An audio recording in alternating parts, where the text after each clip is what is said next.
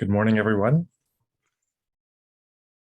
Thank you so much for joining us today on Our Homes, Ending the Housing Shortage. Our guest today is Kirsten Downey. She's a native-born Hawaii resident, having grown up in Kailua, and she became a journalist working in newspapers across the country before landing at the Washington Post, where she would work for 20 years. And had a great career, including being part of a Pulitzer Prize-winning investigative team. In 2009, she wrote a biography of Frances Perkins, and that's the subject of our conversation here today. We're in an age where we're looking at doing some major social change. The Biden administration has proposed an ambitious plan called the Build Back Better plan. And here on our webinar, we've been focusing on solutions to actually end the housing shortage here in Hawaii and nationwide. And so I thought it'd be great to have somebody who's an expert on actually how major social change happened. And that's why we've invited Kirstin Downey, biographer of Frances Perkins, onto Our Homes. Welcome. Thank you so much. Thank you so much. I'm honored and really appreciate this opportunity, Senator Chang. One small thing, I wasn't actually born in Hawaii. My father was a student at the U.S. Merchant Marine Academy in New York at the time that I was born, and that's where my parents were. Small so world. I can't claim birth in Hawaii. You know, my brother-in-law is actually attending the U.S. Merchant Marine Academy right now. So very small world. Well, it turns out we need a lot of help with shipping these days, don't we? Absolutely. It's a growth field. Great. Well, yeah, thank you for joining us today. And please take it away. Well, thank you. Well, I grew up mainly here in Hawaii, and when I reached adulthood, I worked at some different newspapers. And around the time I was about 29, I had worked my way up and got hired at the Washington Post. And I went to the Washington Post, and I really didn't know Washington, D.C. at all. And I was sort of familiarizing myself with it. And I took a bus tour that you could take then around the Capitol and the major sites. And there was a man that would sort of giving the patter and telling us where he was, what we were seeing. And we passed a building, a big building, and he said, you know, keep an eye out for that one, and I'll be coming back to it. And a few minutes later, he said, what American woman had the worst childbirth experience? And we all waited. And he said, Frances Perkins, she spent 12 years in labor. And he was talking about the Labor Department. So that was the first time I ever remember hearing Frances Perkins' name. And then over the years, because of that silly joke, which kind of the feminist part of me was kind of irritated about it, but still laughed, I kept listening for her name. And I kept hearing her in all these different corners of the federal government. And I realized what an incredibly effective person she'd been. And I also realized how hard it was to get progressive legislation passed in Washington. And I became really interested in trying to figure out who this woman was and how she'd done it. And my idea was that maybe by studying her life, we could figure out what she did so that the rest of us could find ways to do other valuable things and make ourselves useful in a small way by learning the things that Frances Perkins taught. And so I spent 10 years writing the book. It came out in 2009. I'd like to start by reading just a little bit at the front. It's just a few pages, but it gives you a sense of all the things she did. And it also sets the stage for the book. So if you don't mind, I'm going to pull up my trusty copy of it that I use. I'm going to read a few pages, and then we'll talk about it. Okay, this is the prologue. On a chilly February night in 1933, a middle-aged woman waited expectantly to meet with her employer at his residence on East 65th Street, New York City. She clutched a scrap of paper with hastily written notes. Finally ushered into his study, the woman brushed aside her nervousness and spoke confidently. They bantered casually for a while, as was her style. Then she turned serious, her dark, luminous eyes holding his gaze. He wanted her to take an assignment, but she had decided she wouldn't accept it unless he allowed her to do it her own way. She held up the piece of paper in her hand, and he motioned for her to continue. She ticked off the items: a 40-hour work week, a minimum wage, workers' compensation, unemployment compensation, a federal law banning child labor, direct federal aid for unemployment relief, Social Security, a revitalized public employment service, and national health insurance. She watched his eyes to make sure he was paying attention and understood the implications of each demand. She braced for his response, knowing that he often chose political expediency over idealism and was capable of callousness, even cruelty. The scope of her list was breathtaking. She was proposing a fundamental and radical restructuring of American society with enactment of historic social welfare and labor laws. To succeed, she would have to overcome opposition from the courts, business, labor unions, conservatives. Nothing like this has ever been done in the United States before, she said. You know that, don't you? The man sat across from her in his wheelchair, amid the clutter of boxes and rumpled rugs. Soon he would head to Washington, D.C. to be sworn in as the 32nd president of the United States. He would inherit the worst economic crisis in the nation's history. An era of rampant speculation had come to an end. The stock market had collapsed, rendering investments valueless. Banks were shutting down, stripping people of their lifetime savings. About a third of workers were unemployed, wages were falling, tens of thousands were homeless. Real estate prices had plummeted, and millions of homeowners faced foreclosure. His choice of labor secretary would be one of his most important early decisions. His nominee must understand economic and employment issues, but be equally effective as a coalition builder.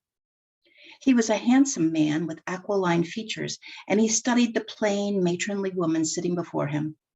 No one was more qualified for the job. She knew as much about labor law and administration as anyone in the country. He'd known her for more than 20 years, the last 4 in Albany, where she'd worked at his side. He trusted her and knew she would never betray him. But placing a woman in the labor secretary's job would expose him to criticism and ridicule. Her list of proposals would stir heated opposition, even among his loyal supporters. The 8-hour day was a standard plank of the Socialist Party. Unemployment insurance seemed laughably improbable. Direct aid to the unemployed would threaten his campaign pledge of a balanced budget. Still, he said he would back her. It was a job she had prepared for all her life. She had changed her name, her appearance, even her age, to make herself a more effective labor advocate.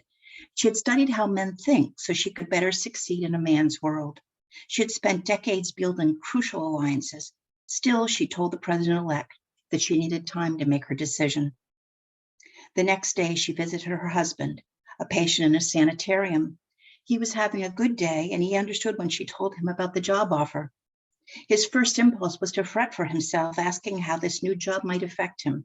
When she assured him that he could remain where he was and that her weekend visits would continue, he gave his permission. That night in bed, the woman cried in deep wailing sobs that frightened her teenage daughter.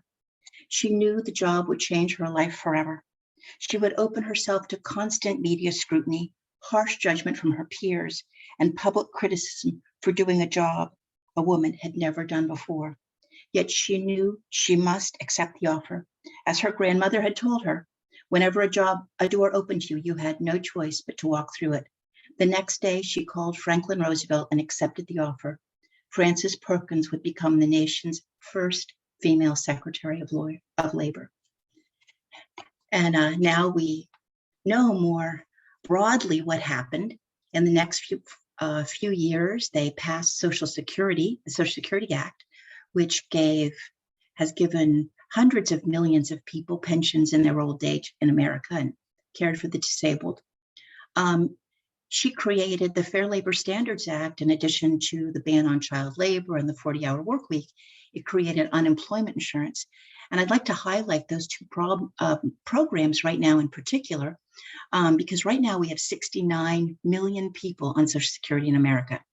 They have a steady source of income based on what they earned during their own years of employment. It's not an entitlement, it's an earned program. In addition, just recently, we've had a terrible crisis with COVID. And at one point, we had 1 in 4 workers in America on unemployment assistance. And remember, this was a program that had seemed laughable. But now, in fact, it got such bipartisan support that we had as many as 30 million people on unemployment insurance in the past 2 years. So when you add those two programs together, this one woman created a program that provided income for 100 million people in the United States, almost half our total adult population. Imagine what would have happened in the last year without unemployment insurance and without Social Security. We have a lot to thank Frances Perkins for.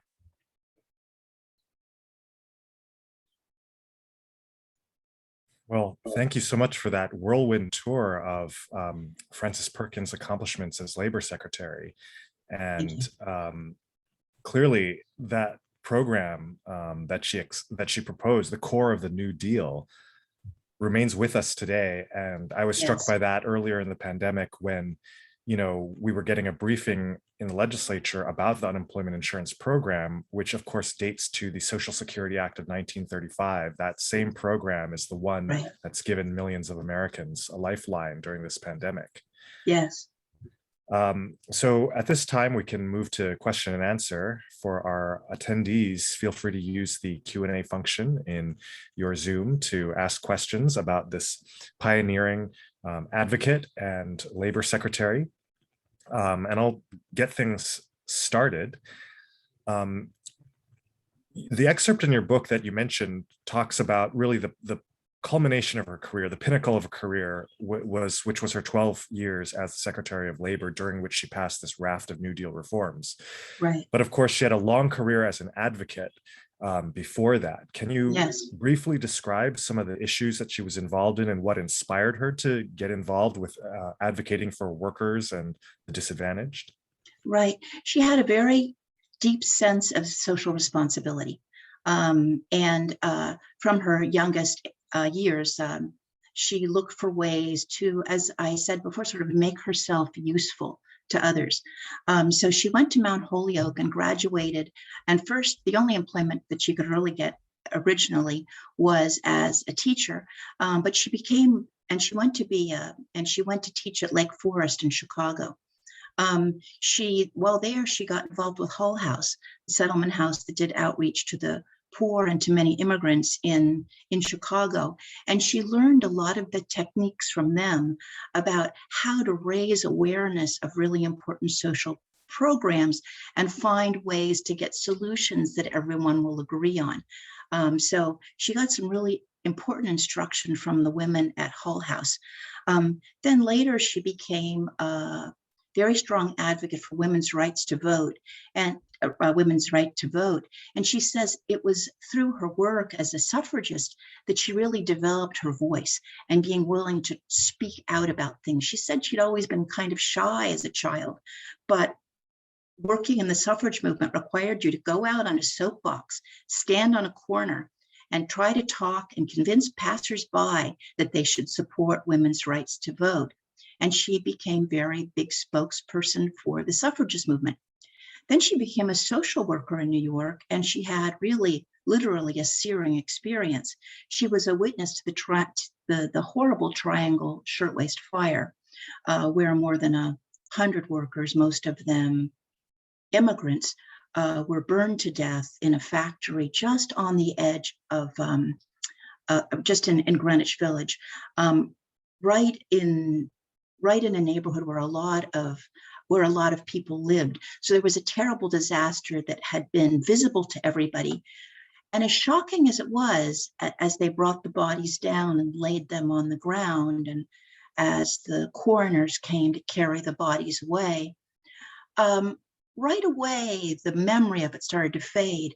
And Frances Perkins thought that should not be allowed to happen. She became very active and organized, worked with an upcoming state legislature later named Al Smith, and they developed a system of hearings, and they went all over the state of New York, conducting hearings on bad workplace conditions.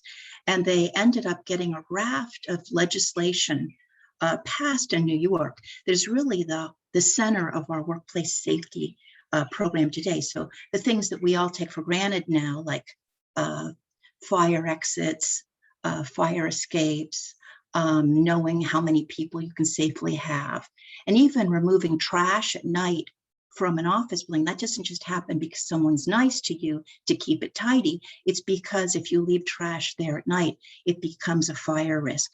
And these were all things that Frances Perkins got enacted into law when she was only about 30 years old. And then the legislation they created in New York worked so well, it spread worldwide. Of course, she was Franklin Roosevelt's labor secretary, and it was her relationship with Roosevelt that she would write extensively about. What was her relationship with Roosevelt like? It must have started in New York State. And then how did it get to a point where he trusted her so much that he even willingly supported her proposals that at the time were extremely controversial and radical? Everything she did was very radical at the time that she introduced it. Even fire safety measures were considered radical at the time that she proposed them. So she had a lifelong experience of that. She first met FDR when he was young, when he was a young senator in New York, tall, handsome, and very rich. And she thought he was a snob and she didn't much care for him. But he became very ill. He had a crippling illness, which was probably polio. And he had to be in a wheelchair after that. And she felt like that increased his humanity and his kindness. She came to like him better after that as a person. And then when he became the governor of New York, she became his state industrial commissioner.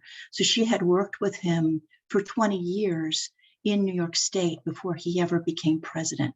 They had a very long relationship. I think in some ways she was 2 years older than he was. And this is one of the things, and so in a sense, she sort of saw him as a little brother. But she was also kind of strategic about this. Around that time, she started to pretend she was 2 years younger than she really was, making herself the same age as FDR. And they had a very comfortable, friendly relationship. I think in a lot of ways, she was his most trusted personal friend. So when she proposed this, long laundry list of New Deal reforms, did he, were those the reforms that he had campaigned on that were part of his platform? No. So he had just campaigned. He had campaigned on that he would do better than President Hoover, that he would be more sympathetic than President Hoover, but that he would balance the federal budget. So but conditions worsened by the time he became president. There was a hysterical desire for something to be done, some solutions to be found. And early on, they got a lot of support from the business community because they were terrified too. Everyone was awful. Having that number of people unemployed with no social safety programs at all was a terrifying experience. So initially, they even got some support from business leaders. After they initiated more programs and after things stabilized and the wealthier class got their nerve back, they became more resistant to what Roosevelt and Frances Perkins were doing. But one of the things that was a hallmark of Frances Perkins' work, and one of the reasons she was so successful, is that she really reached out to business leaders and found those among them who would support the legislation she was proposing, who would testify for it, and would lean on their friends to also support the bills. She was very effective throughout her career at building those relationships and hosting social events and entertaining. And you talk a lot about that. What do you think was, even though in photographs, she seems like this kind of very serious woman, how did she use entertaining and that kind of social outreach to her advantage? Well, she had a wonderful sense of humor. kind of a dry wit. And it didn't show up in public very much. She didn't trust reporters. She didn't think they were trustworthy. She thought they were always looking for a way to catch you up and make you look bad.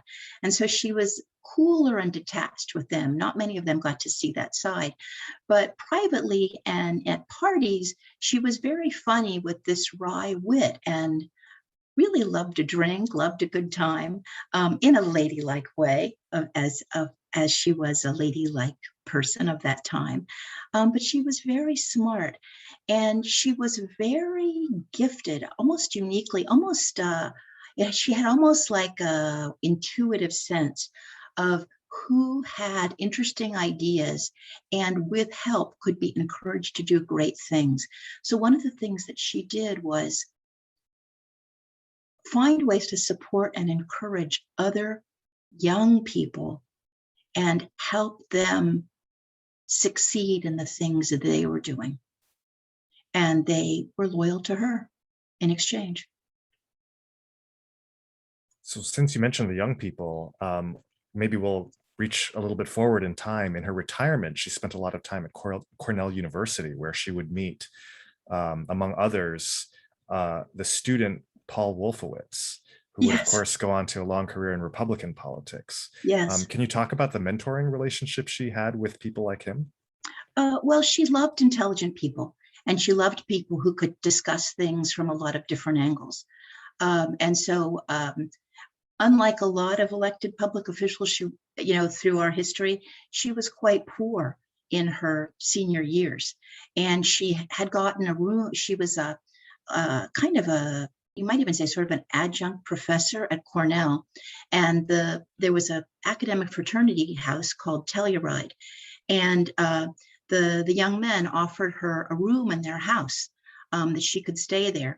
And it was the beginning of men beginning to open things up to women. This would be in the 1960s. But they also had recognized that they had a woman of rare genius around them. So one of the things that was quite interesting is the smartest of the young men were drawn to her and spent a lot of time with her. And I'm sure she wouldn't have liked a lot of Paul Wolfowitz's politics as they developed. She certainly enjoyed his fine mind.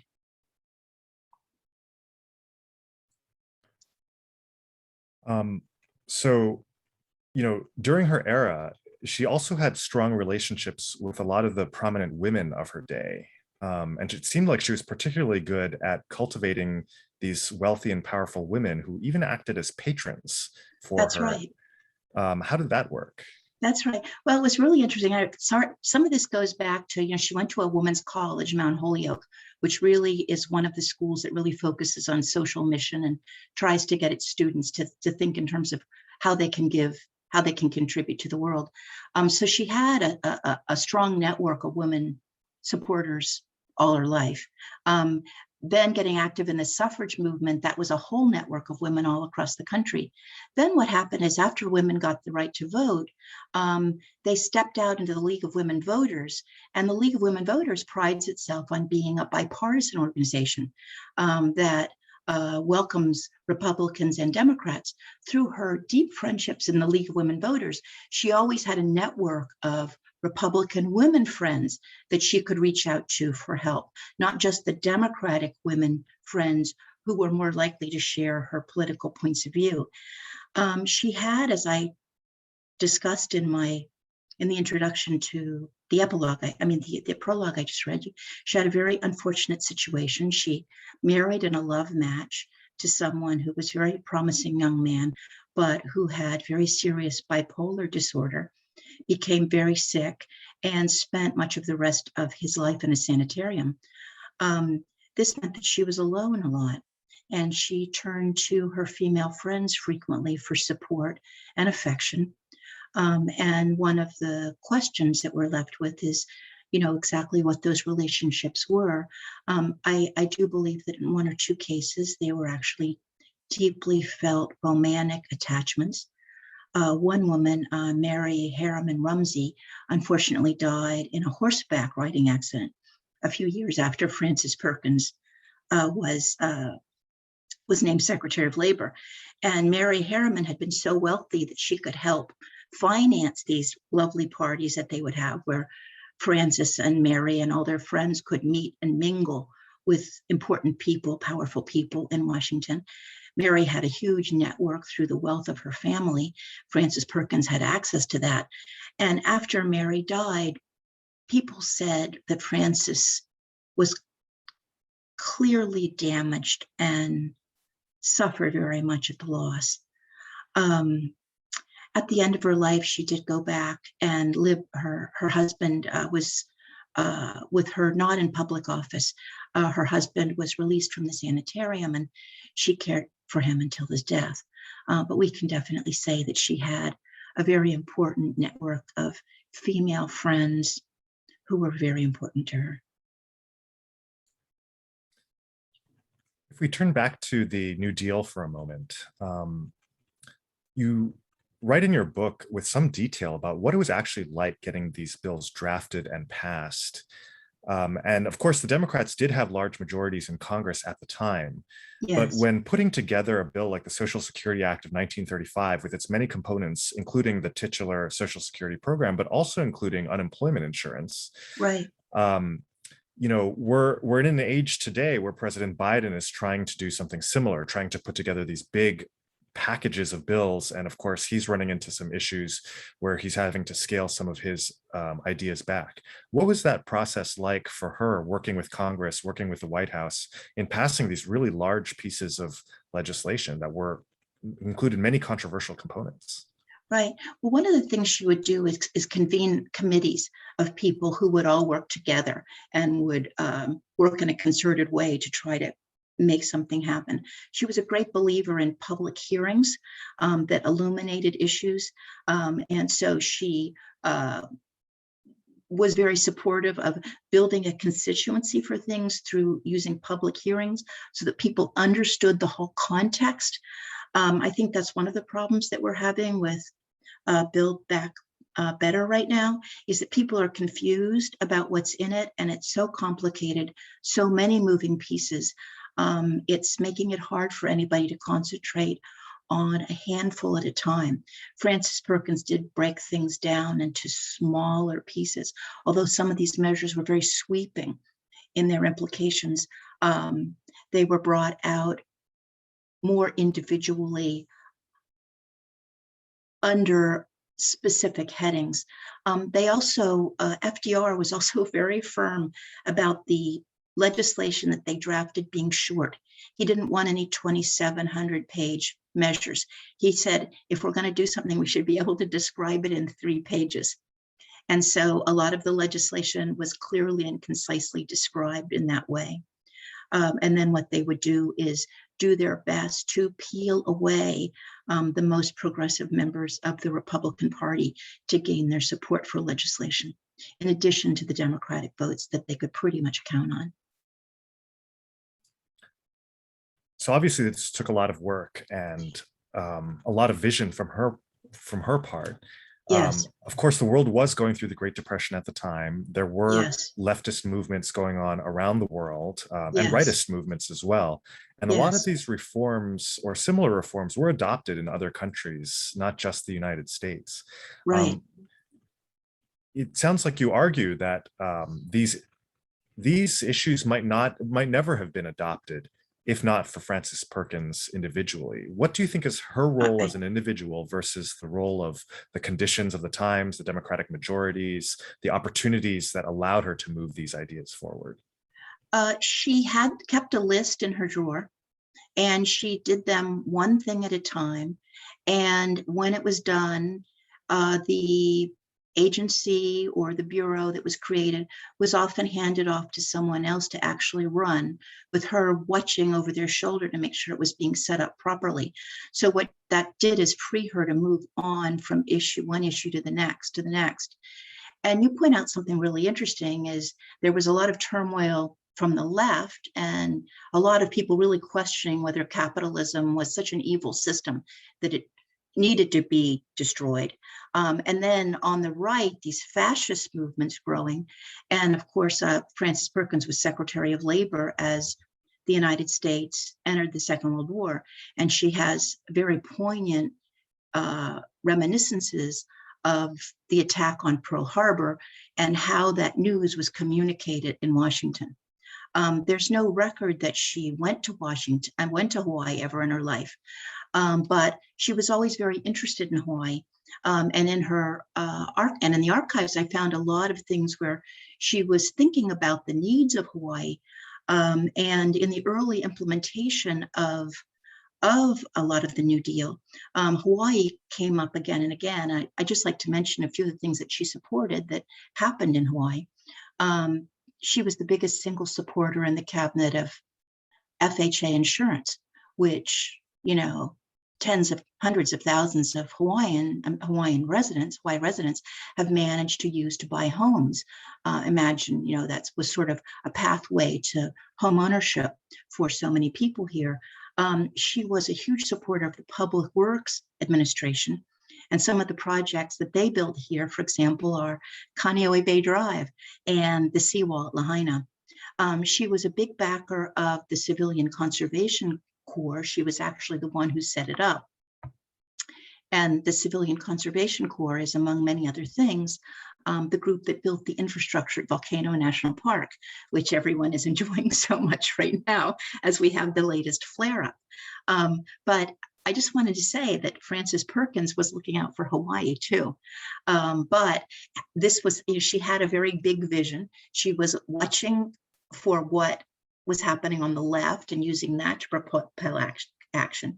She was watching for what was happening on the right. She was very fearful about the rise of Hitler, but she was also looking in the meantime for all the things that she could do for all of us, including those of us in Hawaii. So the argument is that the United States might never have adopted these reforms if not for her. Yes. And you're pretty confident of that. Yeah, people who were there through the whole thing said FDR was only somewhat interested in Social Security, that it wouldn't have happened without Frances Perkins. Some of the other things, what he found is that with each thing that happened, what happened was that it made the Democratic Party support grow. Historically, and this is interesting for us to think of, historically, a lot of union members had been Republican because they were financially secure. If you had a union job, that meant you had a good solid job, you had unemployment insurance, you might have a sick pay provision. These were all things that unions had been able to negotiate for their own members. And a lot of union members then were Republican. But the changes that Frances Perkins and FDR made, including the National Labor Relations Board, allowed this huge expansion of the unionized workforce that created a whole new set of Democratic voters. And what FDR saw was this was causing the Democratic tent to grow and grow. And he became very increasingly enthusiastic by what they were doing when he saw it was also growing the Democratic Party.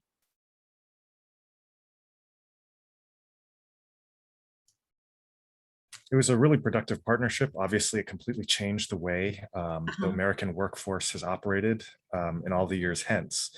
Yes. But over time, she wasn't able to accomplish everything that she wanted, notably the national health care.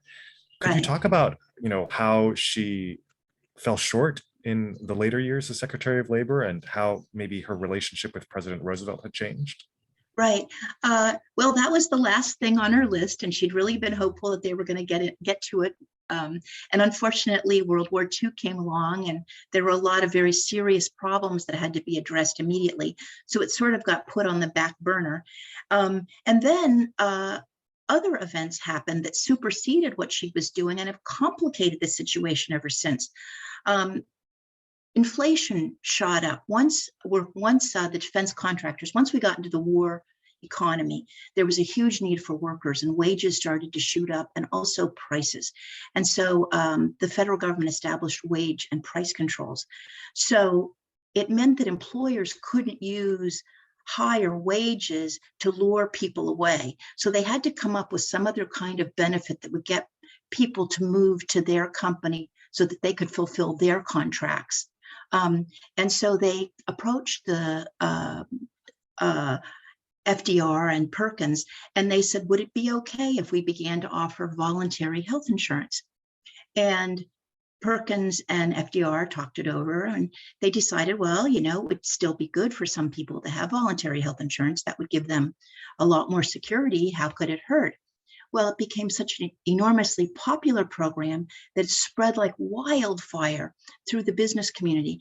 And it also became a very effective way to keep out unions, because if you could offer a really gold-plated health insurance program, that made your workers less inclined to want to unionize.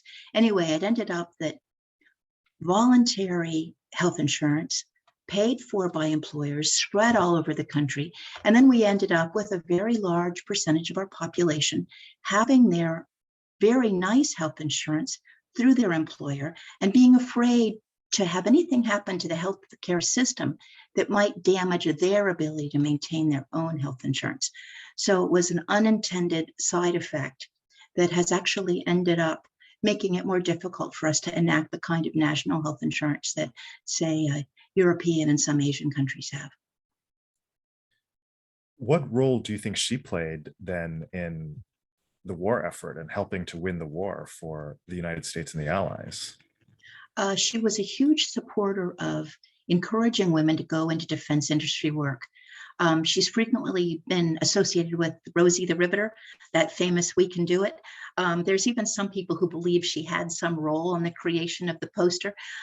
That probably isn't true, but it makes sense that people connected to her. There was a big move at that time to draft women and send them to war.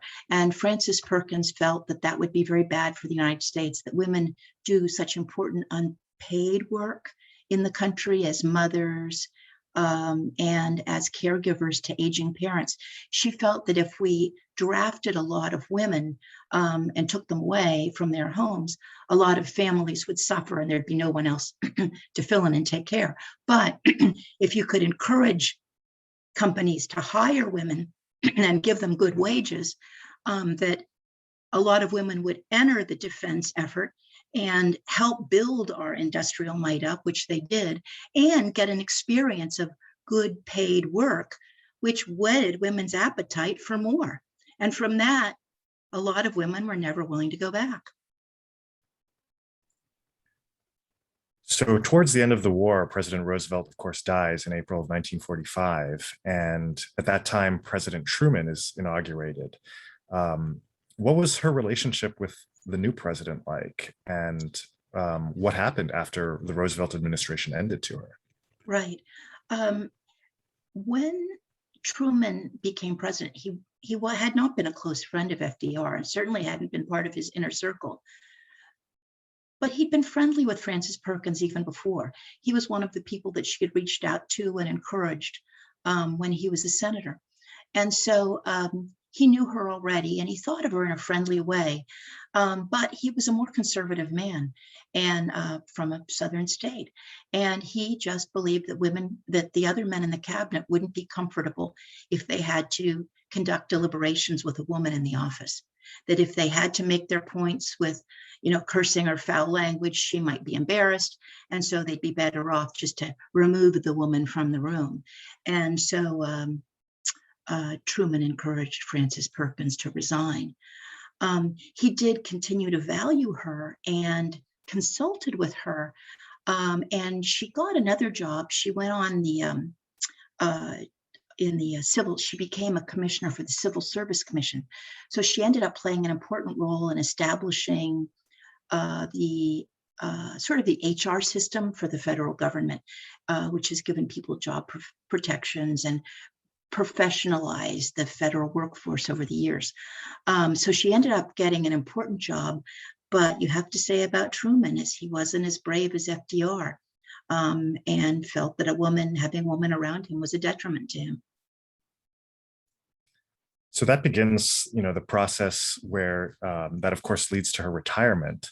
In the Democratic administrations post-Truman, like Kennedy and Johnson, was she a major source of ideas, a driving force for the progressive legislation of the Great Society, for example? Well, she was friendly with LBJ. And a lot of the things that became the hallmarks of the Great Society were ideas that she had discussed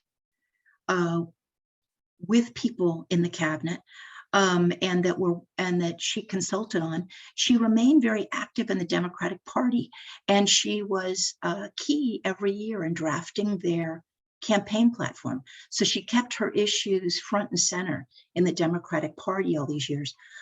When Kennedy got elected, at first he was a little standoffish with her. You know, by that time she was in her 80s.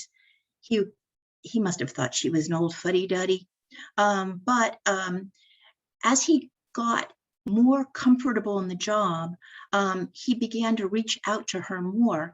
And Frances Perkins particularly reached out to his wife, Jacqueline, and formed a friendship with Jacqueline. And the young male students at Telluride later remembered a huge, beautiful bouquet of flowers arriving at Telluride House with a card from Jackie Kennedy thanking Frances Perkins for all she was doing for them.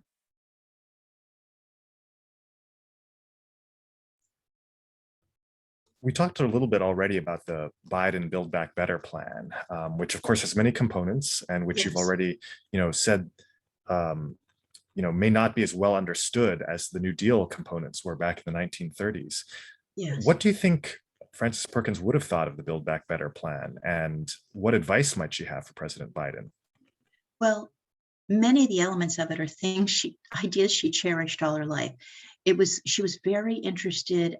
Actually, one of the most important jobs she had, it was only for a year, but it was very instrumental, is she was head of something called the Maternity Association, which worked to make better, we had a very high infant mortality rate and maternal mortality rate in the United States in the 19-teens.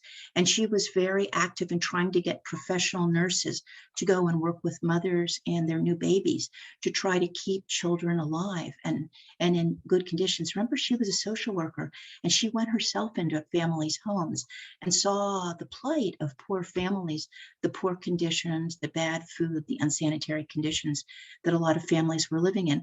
I think everything that is all the child care related provisions, I feel confident she would be a leading advocate for. And certainly she would have been on the cutting edge of understanding the environmental threats that we face.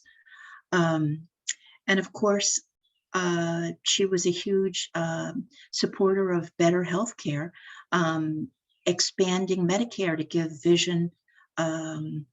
vision, hearing, and dental care for seniors. I'm sure that's something that she would have supported as well. I think there are many elements of this that if she were alive today, she'd be definitely leading a parade down in front of the legislature to let us all know that we should get active in supporting it. As you know, on this webinar series, and as part of my work as the housing chair, we've really been fighting for big, bold ideas to end the housing shortage and to produce enough housing for future generations of local residents. What advice do you think she would have for those of us in the pro-housing movement? Well, as I said before, and that's such a good question, and I can only conjecture, and the challenge that you're facing is great, and it really probably one of the most serious problems Hawaii has. Our housing affordability crisis is crippling us economically, and is a source of sadness anywhere we drive, seeing the conditions under which our fellow residents are living. But looking back at what she did, I would say that she would probably try to convene public hearings in each of the communities that might have the possibility to have some properties available that could be used for this kind of housing, and try to create constituencies of people that would lobby for it in each of these areas. I would think she would be trying to find ways to use any resources we have, any lands we have, anything that we have that we could employ where things could be turned to the purpose of starting. I think of sort of like the Civilian Conservation Corps idea, getting people out there to ready the ground for things that could be built there.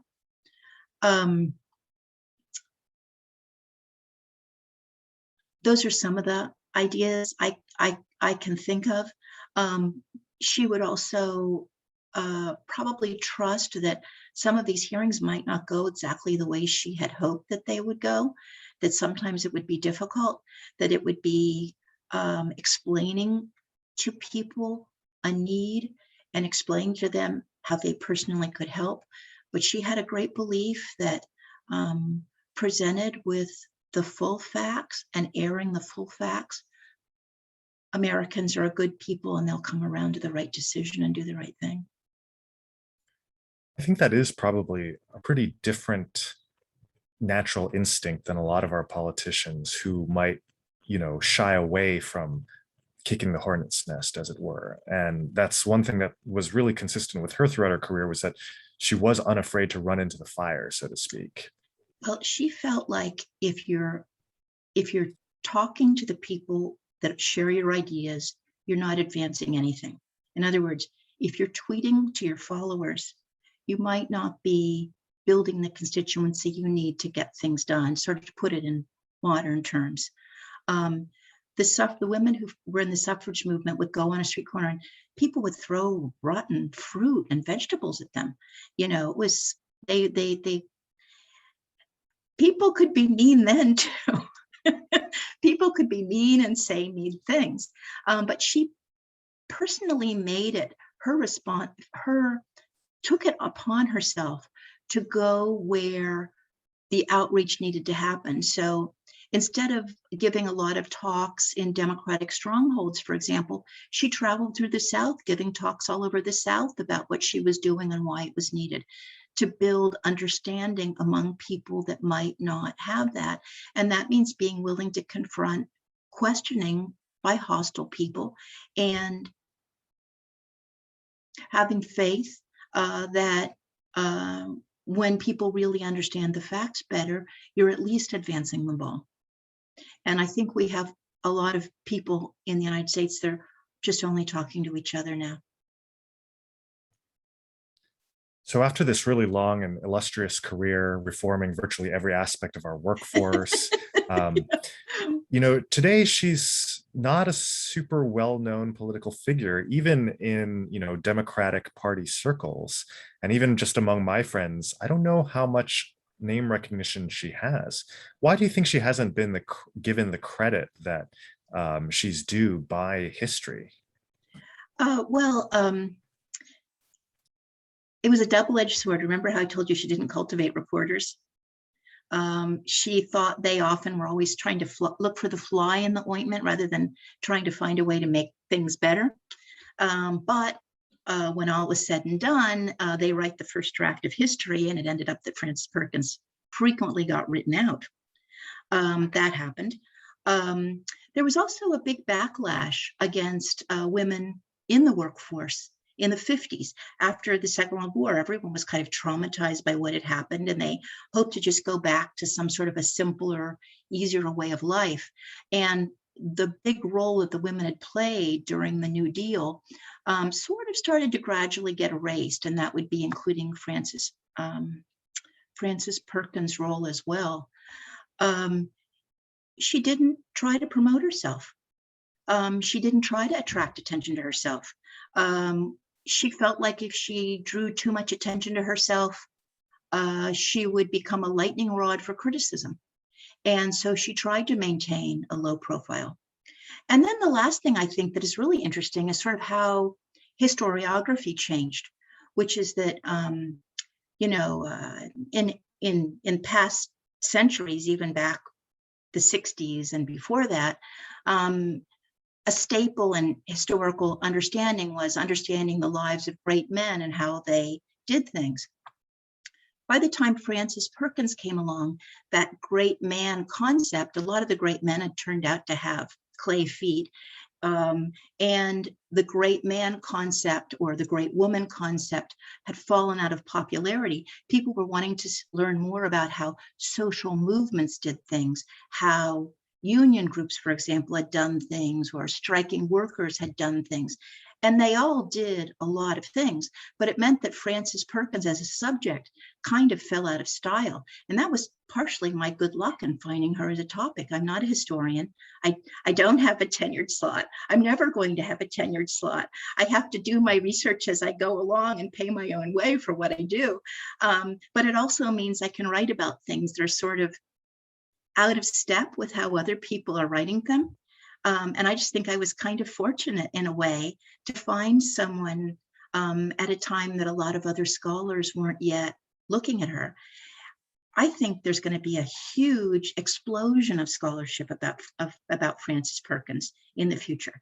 I could only read a small percentage of the letters that she wrote, of the things she did. Her letters are scattered in archives all over the Northeast, and letters went overseas. There's probably letters in Central and South America, all over Europe. There's all kinds of letters out there that would give us additional perspective on her life and times. I think it's a rich vein, but it hasn't happened yet.